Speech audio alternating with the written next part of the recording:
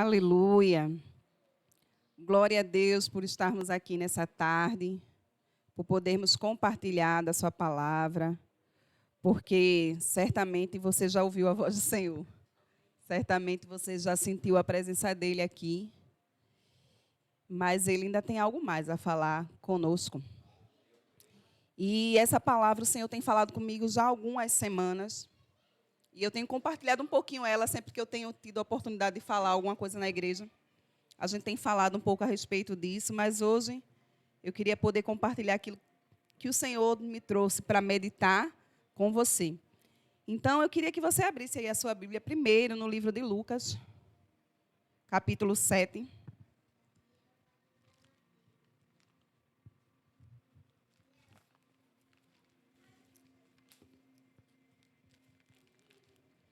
Lucas 7, nós vamos ler os versículos de 36 a 38. Lucas 7, de 36 a 38. Diz assim a palavra do Senhor. Convidou um dos fariseus para que fosse jantar com ele. Jesus, entrando na casa do fariseu, tomou lugar à mesa. E eis que uma mulher da cidade, pecadora, sabendo que ele estava à mesa na casa do fariseu, levou um vaso de alabastro com unguento. E estando por detrás aos seus pés, chorando, regava-os com suas lágrimas e enxugava com seus próprios cabelos. E beijava-lhe os pés e os ungiu com o unguento.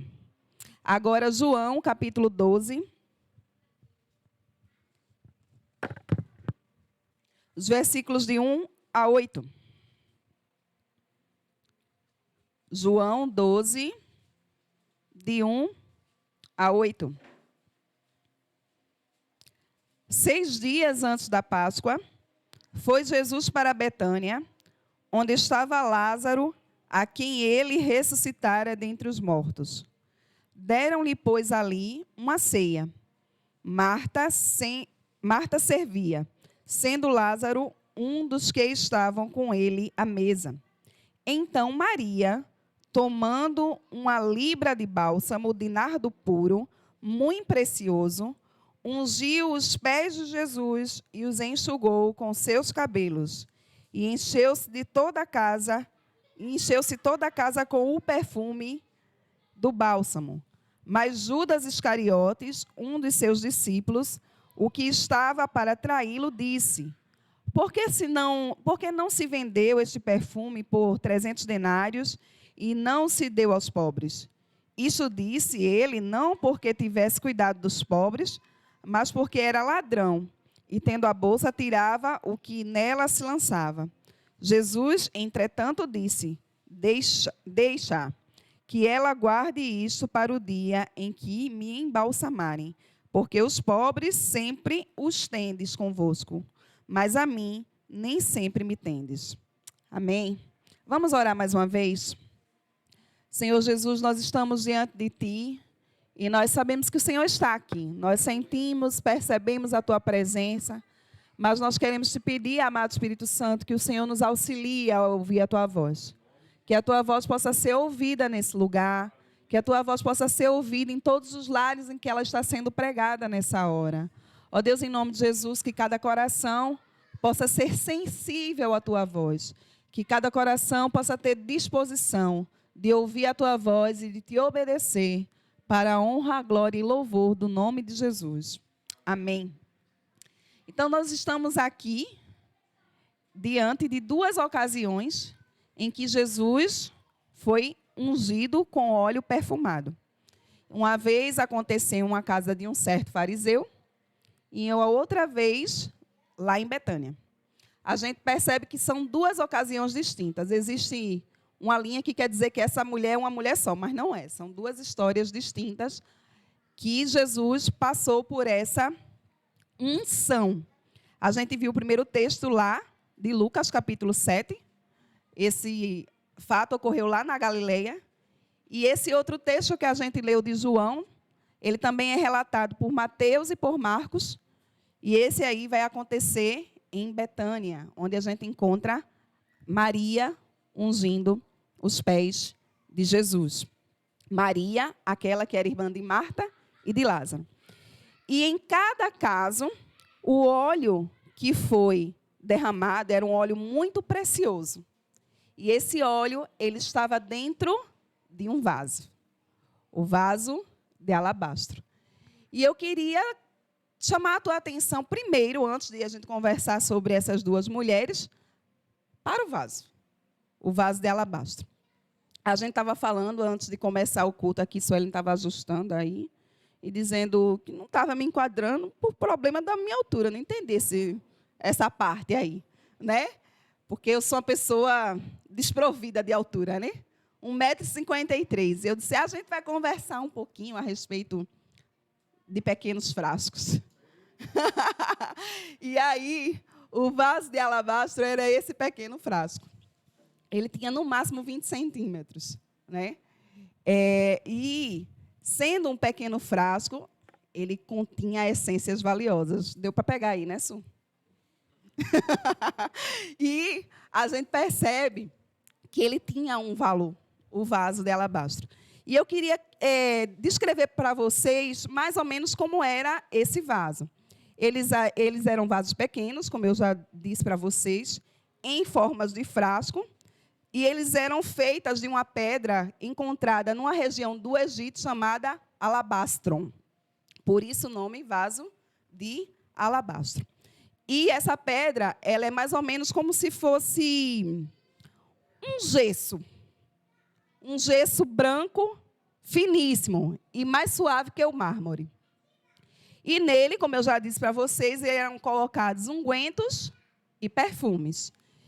E a maior parte desses vasos, eles eram produzidos na cidade de Damasco, na Síria. Então, vocês já conheceram um pouquinho da história aí do vaso. Agora, eu quero que vocês prestem atenção nas mulheres. Que vocês voltem os seus olhos para essas duas mulheres que, em situações distintas, quebraram o vaso de alabastro. As duas situações, se a gente percebe, elas aconteceram num jantar.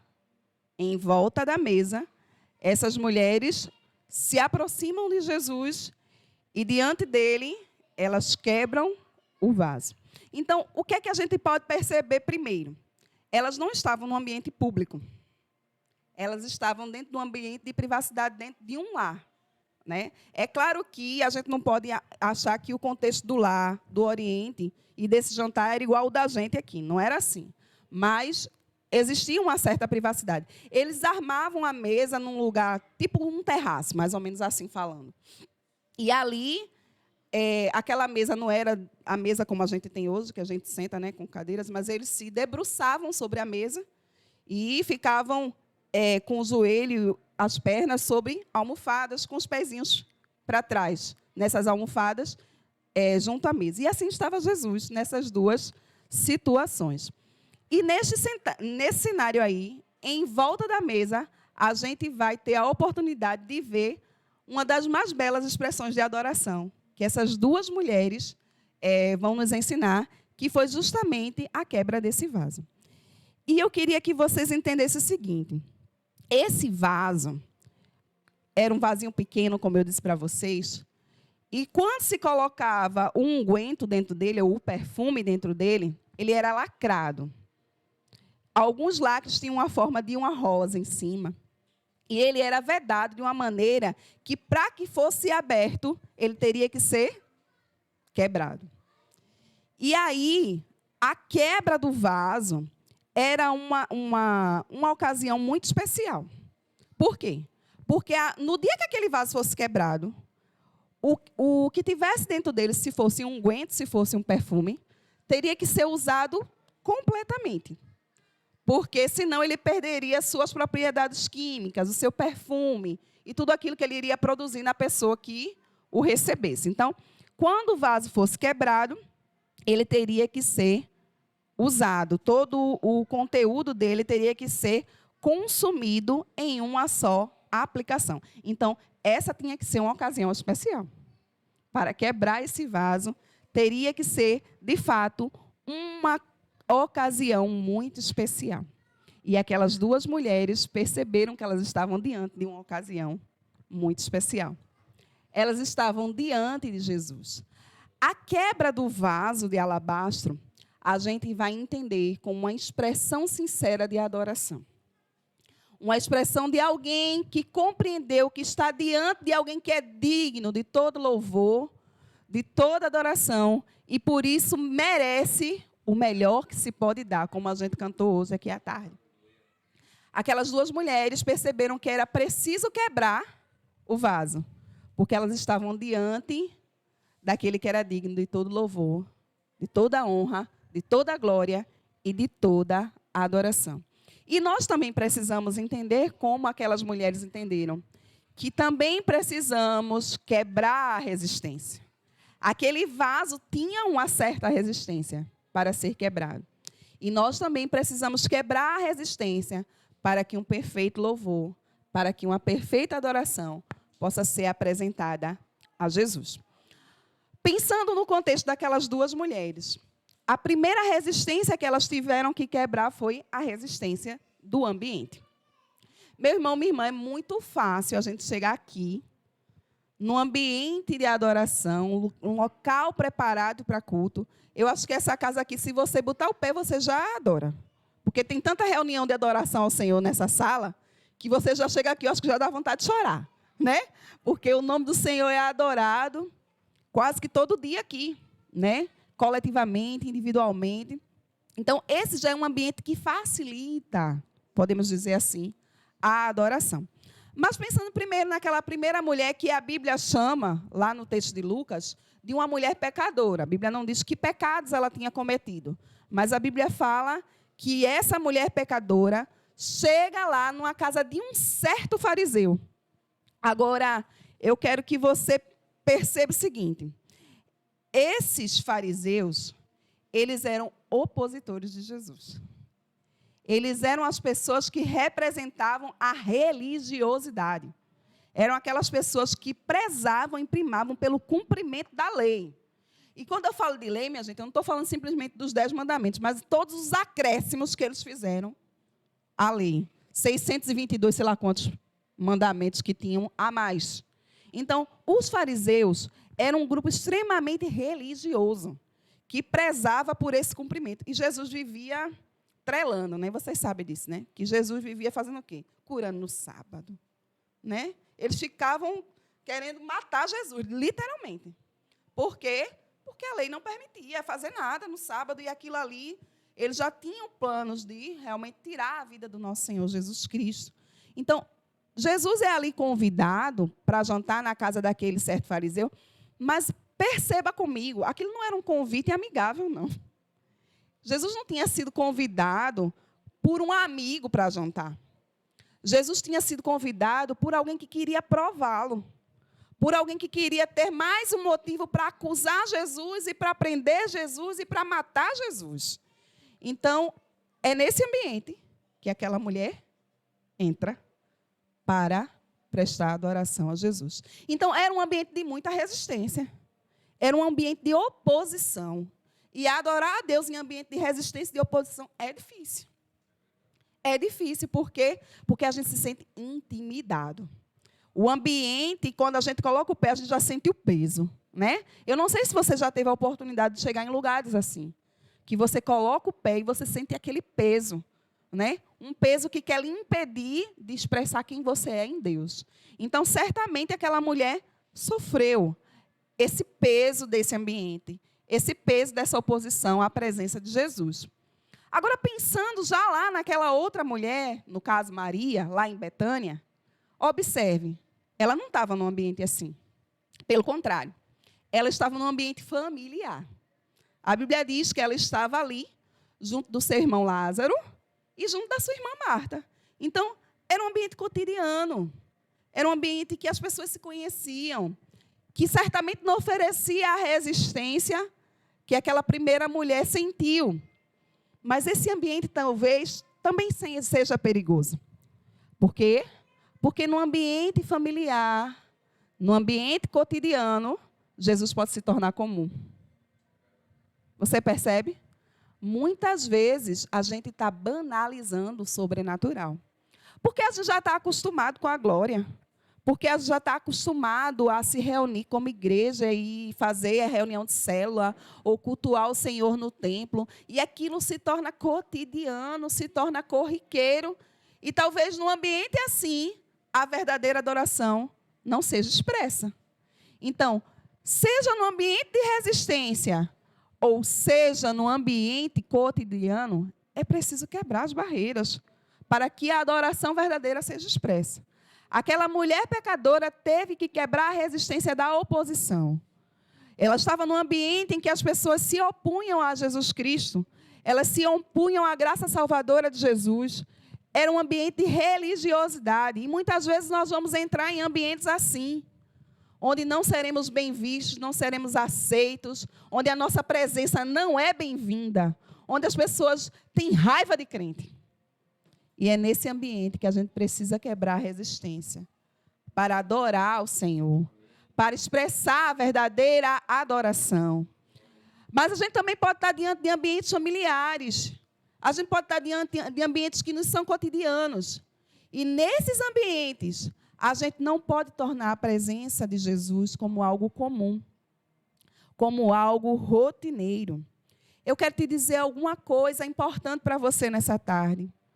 Não é o ambiente que promove a minha adoração, mas eu promovo a verdadeira adoração no ambiente onde eu estou. Você tem que entender que você e eu somos pessoas que transformamos ambientes. Aonde você chega, a glória de Deus tem que chegar com você. Aonde você chega, a verdadeira adoração tem que chegar com você. Independente se é um ambiente de oposição a Jesus, ou se é um ambiente tão familiar que ele se tornou cotidiano e corriqueiro, você tem que exaltar o nome de Jesus e expressar ali naquele ambiente a sua verdadeira adoração. E foi exatamente isso que a gente viu essas duas mulheres fazendo. Mas elas tiveram que quebrar outra resistência que eu quero compartilhar com você nessa tarde. A resistência dos espectadores. Sabe, eu não sei você, mas, às vezes, só de imaginar que você está sendo observado, isso já causa constrangimento. Né? Às vezes, a gente pede para algumas pessoas compartilharem a palavra no estudo de célula, elas ficam nervosas, porque é justamente essa ideia que passa. Eu vou estar sendo observado, as pessoas vão estar olhando para mim. E os espectadores, muitas vezes, se constituem como uma oposição, como uma resistência. E nos dois ambientes, aquelas mulheres não estavam sozinhas com Jesus. Existiam espectadores. E a gente precisa entender o seguinte: no caso da mulher pecadora, os espectadores não conheciam ela na intimidade. Mas eles conheciam algo a respeito do que se falava dela. Veja aí o que é que a Bíblia vai nos dizer lá no texto de Lucas, capítulo 7, versículo 39.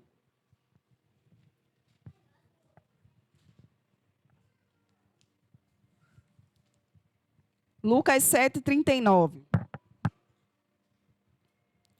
Ao ver isto, o fariseu que o convidara disse consigo mesmo: se este fora profeta, bem saberia quem é e qual é a mulher que lhe tocou, porque é pecadora. Observa, as pessoas conheciam aquela mulher como uma mulher pecadora. Ela era famosa na comunidade como alguém pecadora. Então, as pessoas tinham ela como um rótulo, a mulher pecadora. E era assim que ela era conhecida. E talvez essa ideia, esse sentimento de ser conhecida como uma mulher pecadora, se tornou como que uma resistência, talvez, para que aquela mulher apresentasse diante de Jesus uma verdadeira adoração. E aí você pode ficar pensando: eles não conheciam ela na intimidade, eles não sabiam que era ela, mas reputação fala muito, né? Muitas vezes, por causa da nossa reputação, a gente é impedido de expressar a verdadeira adoração. Porque a gente fica preocupado com o que as pessoas estão pensando e com o que as pessoas estão dizendo a respeito de nós. Já no caso lá de Maria, lá em Betânia, ela não era conhecida como uma mulher pecadora. Mas ela estava num ambiente familiar, no meio da sua família. E, às vezes, no meio da nossa família é tão complicado adorar. Ah, essas pessoas me conhecem tão de perto. Essas pessoas sabem exatamente como eu sou. Porque é em casa que a gente demonstra quem é. É em casa que a gente demonstra as nossas fraquezas, os nossos defeitos. É em casa que a gente se desnuda. A gente, de fato, como a gente fala, tira as máscaras. E aí, em casa, talvez se levante o discurso: olha, você não é exatamente assim tão santo como você demonstra ser para os outros. Você não é essa pessoa tão maravilhosa como os outros pensam que você é. Porque a acusação, talvez, no ambiente familiar, ela seja mais ferrenha. E aí, diante desse ambiente, os espectadores também se colocam como uma resistência que precisa ser quebrada. Sabe, num ambiente em que as pessoas não te conhecem de perto e elas conhecem o teu passado, elas conhecem aquilo que você falou e fez. Elas podem começar a dizer: mas essa não era a prostituta, essa não era a adúltera, esse não era o cachaceiro, esse não era o drogado, e agora ele quer ser santo e está diante da presença de Jesus. Ou num ambiente que as pessoas dizendo assim: eu sei quem você é. Eu sei, eu conheço você tão de perto. Esse discurso não me convence. Sabe, são essas resistências que a gente precisa quebrar para expressar a verdadeira adoração. Porque se aquelas mulheres pensassem nisso, elas não estariam diante de Jesus. Elas não quebrariam o vaso. E elas não derramariam o bom perfume na presença de Cristo. Sabe, a gente tem que parar de se preocupar tanto com a nossa reputação. É por causa dessa preocupação que a gente, de fato, não expressa a verdadeira adoração. A gente precisa entender que reputação tem cheiro de enxofre. A adoração tem cheiro de nardo puro. Meu irmão, se você viver o tempo todo preocupado com reputação, seu caminho é o inferno. Porque quem é bom de argumento é ruim de arrependimento, como diz o apóstolo Luiz Hermínio. Sabe, você fica tão preocupado porque vão dizer, porque vão falar, porque isso, porque aquilo. E você perde a oportunidade de expressar a sua verdadeira adoração. E aquelas mulheres não se intimidaram com a resistência dos espectadores. Sabe, para aquela mulher pecadora do texto de Lucas, talvez tenha sido mais difícil. Porque ela entra, ela não era convidada. E imagina, ela podia ser barrada. Uma mulher, sem ser convidada, entrar no jantar. Imagina o alvoroço. Na realidade, aquilo era um escândalo. Aquilo era um escândalo num contexto judaico. Mas aquela mulher conhecia Jesus. Ela já havia sido perdoada por ele. E ela disse: eu não vou perder a oportunidade. Se ele está ali, como eu disse para vocês, o jantar era feito num lugar mais alto. Certamente ela viu de outra casa. Olha, Jesus está ali, é ali que eu vou. Eu tenho que expressar a minha gratidão a Ele por tudo aquilo que Ele fez por mim. E eu não quero nem saber o que vão fazer comigo ou o que vão dizer de mim. Pensa em tudo que Jesus já fez por você. Pensa naquilo que a gente acabou de celebrar aqui nessa tarde. O preço que Ele pagou. Vale a pena se preocupar tanto com a reputação? Sabe, às vezes você tem vontade de ser mais intenso na adoração, mas você se constrange porque você pensa assim: o que é que vão pensar de mim? O que é que vão dizer se eu fizer isso? Deixa a tua reputação de lado e começa a expressar a tua verdadeira adoração. Quebra a resistência dos espectadores. Pensa que a tua adoração é para Ele. É para Ele que você quebra a resistência dos espectadores. E a terceira e última resistência que eu queria compartilhar com você nessa tarde era a resistência do próprio vaso. Como eu disse para vocês, aquele vaso de alabastro, ele era lacrado, de forma que, para acessar a essência que era contida dentro dele, somente quebrando o vaso. Somente quebrando o seu gargalo para que aquele perfume, para que aquele unguento fosse derramado. E aí eu quero que você entenda, O vaso de alabastro era algo de valor. Ele não era qualquer vaso. Ele tinha um valor. Então, talvez quebrar aquilo pudesse pensar, será que eu estou fazendo isso no momento certo? Será que essa é a ocasião certa de quebrar esse vaso, de derramar esse perfume? Observa que lá no relato de Maria, quando ela quebra o vaso, a gente leu no texto de João que o Judas se mostra preocupado com os pobres, né? Só que não. A Bíblia diz que ele era ladrão e ele estava preocupado com o dinheiro que podia entrar para que ele pudesse roubá-lo. Ele diz exatamente assim: não seria melhor se esse perfume fosse vendido pelo preço de mais de 300 denários? E assim a gente poderia dar para os pobres. Bom seria se fosse, né? Para dar para os pobres. Mas o que eu quero te chamar a atenção é o seguinte: esse era o valor do unguento. Esse era o valor do nardo que estava dentro do vaso. O vaso tinha um valor, mas o que estava dentro dele era muito mais precioso do que o próprio vaso. Observa que 300 denários representava um ano de trabalho de um empregado. Isso equivalia a 10 vezes mais às 30 moedas de prata que Judas recebeu para trair Jesus. Então, era algo muito precioso que estava dentro do vaso. De fato, o vaso tem o seu valor, mas o que está dentro dele não se compara. Não se compara. O que está dentro desse vaso é muito mais precioso do que o próprio vaso. Mas era preciso quebrar a resistência do vaso. E eu disse para vocês que para quebrar o vaso, só diante de uma ocasião especial. Mas essa não era uma ocasião simplesmente, eu acho que essa é a ocasião especial. Deixa eu explicar para vocês.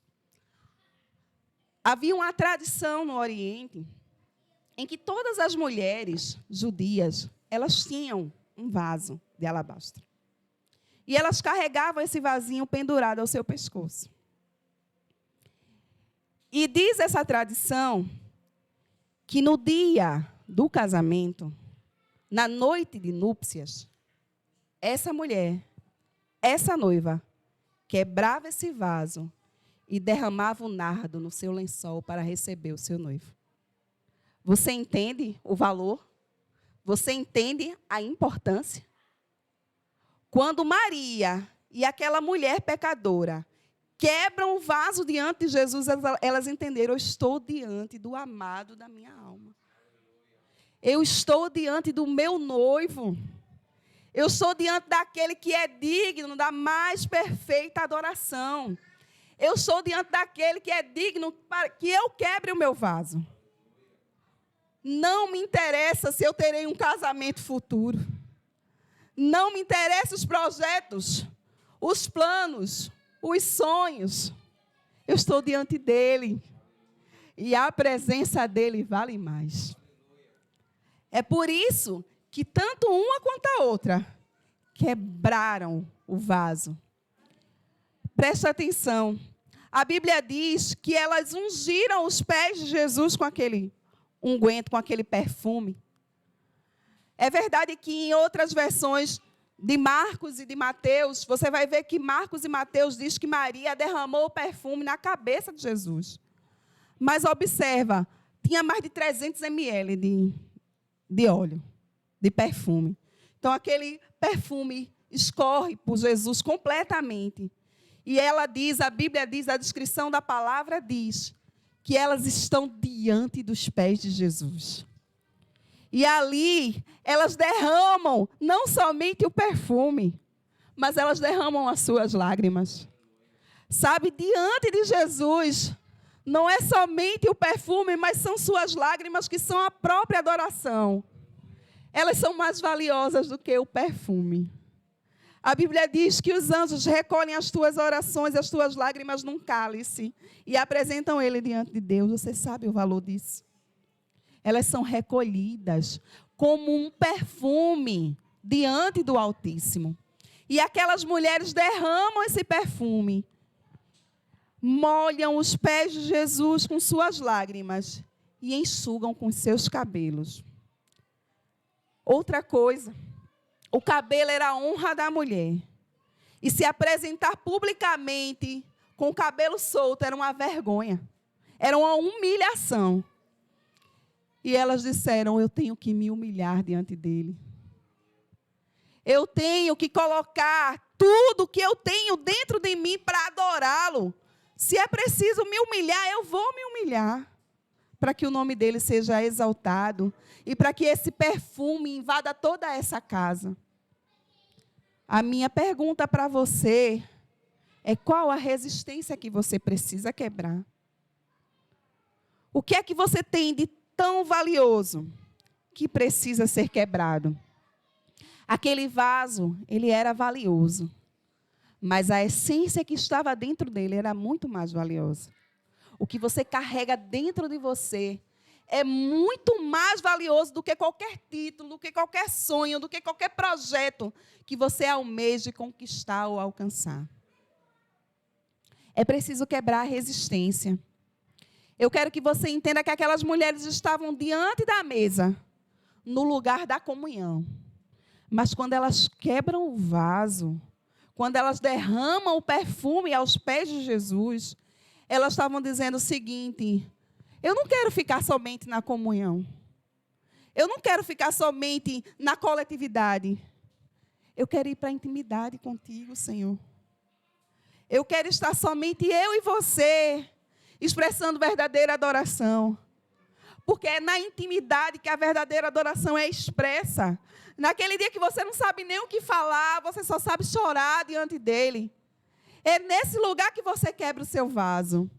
É nesse lugar que você diz para ele, eu sou tua noiva e tu és meu noivo. Tu és o amado da minha alma. É na intimidade que nós quebramos todas as nossas resistências e nos tornamos o bom perfume de Cristo. A Bíblia vai nos dizer, em 2 Coríntios, capítulo 2, versículo 15, porque para Deus somos o bom perfume de Cristo, nos que se salvam e nos que se perdem. Você tem uma essência a exalar. Você tem um perfume a ser derramado diante dele. Mas você precisa quebrar a resistência. Eu quero que você se coloque de pé nessa tarde. Eu quero orar por você. E eu quero que você comece a pensar quais são as resistências que você precisa quebrar. Talvez você esteja em ambientes de oposição, onde é difícil adorar o nome de Jesus. Talvez seja lá aquele seu ambiente de trabalho. Talvez seja o seu próprio lar, onde as pessoas não dão crédito à sua fé porque elas te conhecem e elas jogam na tua cara o teu passado. Talvez seja um ambiente que os espectadores te rotulam por aquilo que você já foi. E talvez isso tenha se colocado como que uma resistência para que você possa expressar a verdadeira adoração ao Senhor. Talvez sejam histórias antigas que você não consegue vencer e se desvencilhar. Eu quero te convidar nessa tarde a quebrar a resistência. É preciso quebrar a resistência para que a verdadeira adoração seja expressa. Ele está aqui. E essa é uma oportunidade de quebrarmos a resistência. Eu queria que a gente adorasse ao Senhor mais uma vez com uma das canções que cantamos no início. E eu queria que você se colocasse como uma daquelas mulheres. Eu não sei com qual delas você se identifica mais. Com a mulher pecadora ou com Maria, que estava no ambiente familiar, ou com a mulher pecadora que entende que quem muito perdoado, muito ama. Sabe, todos nós fomos muito perdoados. Ele nos amou. Não havia merecimento em nós. Mas Ele resolveu nos amar e nos perdoar. Ele quebrou a resistência da santidade dEle. Ele quebrou a resistência de viver no céu de glória. Ele se fez homem. Ele quebrou a resistência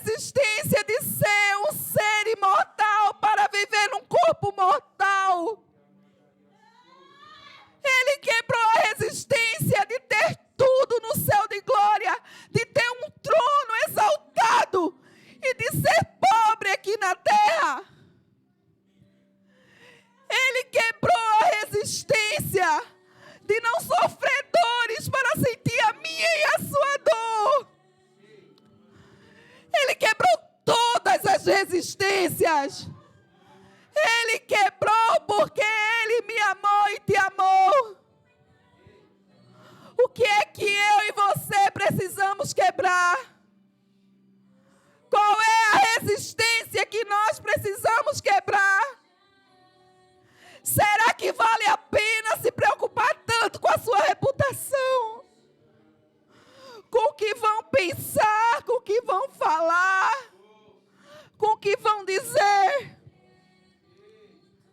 Será que vale a pena dar ouvidos a esses comentários? Será que vale a pena? Eu quero te dizer, não vale. Há uma essência, um nardo puro dentro de você. Um nardo puro que precisa exalar.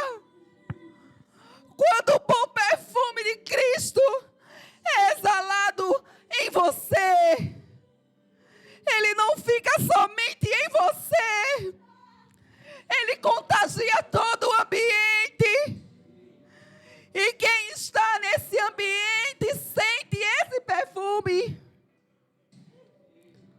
O Senhor está me convidando e te convidando a exalar o bom perfume de Cristo para a salvação de muitos. Quando nós nos omitimos como adoradores, muitos estão indo ao inferno. Ele quer ser adorado através de mim e de você. Ele quer ser adorado com a sua vida, nos ambientes onde você está, com os espectadores que você tem. Você está disposto a entregar nessa tarde os seus sonhos a Ele? Você está disposto nessa tarde a entregar os seus projetos a Ele? Se essa é a sua resistência, quebre hoje, em nome de Jesus. Quais são as suas resistências? Porque você diz ao Senhor, eu não posso por isso. Eu não posso. Entrega. Quebra o vaso. Quebra o vaso. Para que a verdadeira adoração, flua. Você não é o que dizem a respeito de você. Ele não te vê assim. Ele te criou para o louvor da sua glória. Você é um adorador.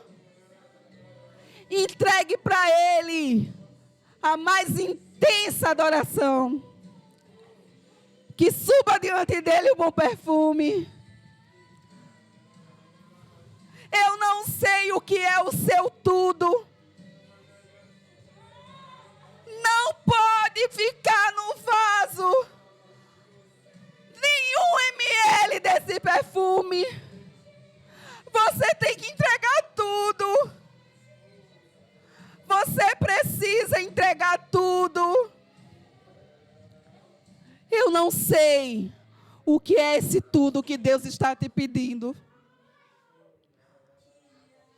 Mas se você está disposto, cante ao Senhor agora e diga a Ele: eu te entrego tudo, Senhor. Eu te entrego tudo, meu amado, receba tudo. Eu te entrego tudo que há em mim. Eu te entrego tudo que existe em mim. Eu te entrego tudo, meu amado, receba tudo.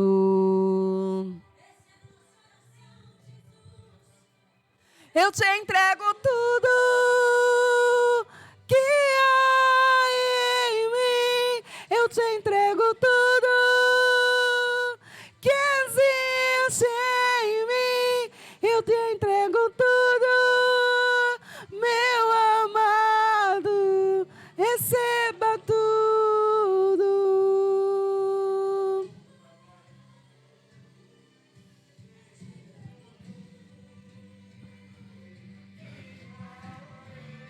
Jesus está recebendo a tua adoração.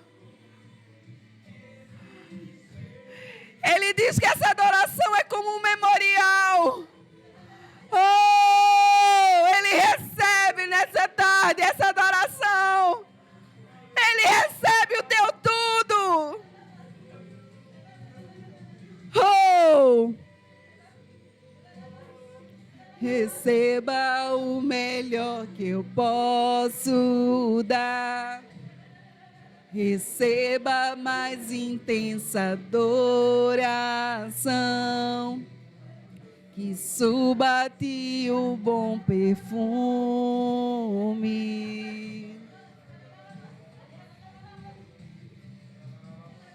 Jesus, receba o melhor que eu posso dar. Receba a mais intensa adoração, que suba a ti o bom perfume.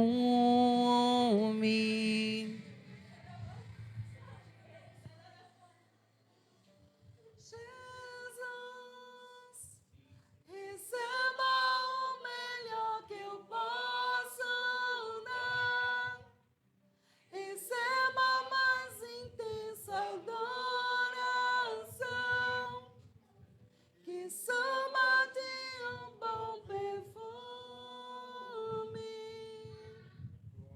Aleluia.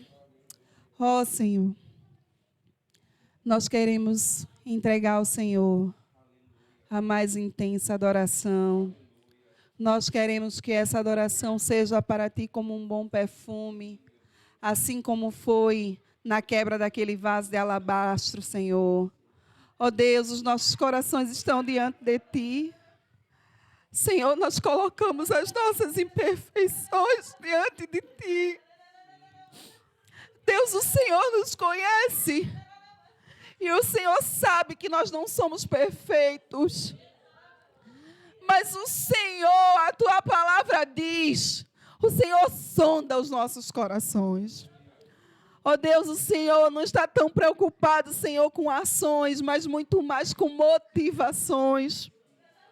E a motivação do nosso coração nessa tarde é te dar a mais perfeita adoração. Senhor, ajuda os meus irmãos. Eu não sei o que o Senhor está pedindo a cada um deles. Eu não sei o que cada um vai ter que quebrar. Eu não sei quais são as resistências que eles enfrentam. Mas eu sei que o Senhor está com eles. E eu sei que o Senhor já está se agradando deles. Ó Senhor, que cada um de nós sejamos as pessoas que o Senhor procura. O Senhor procura verdadeiros adoradores que te adorem em espírito e em verdade. Senhor, e nós cremos que quando te adoramos, nós nos tornamos o bom perfume de Cristo. Senhor, que muitos sintam o teu cheiro, o cheiro da salvação, através da nossa vida, para a honra, glória e louvor do nome de Jesus. Amém. Glória a Deus.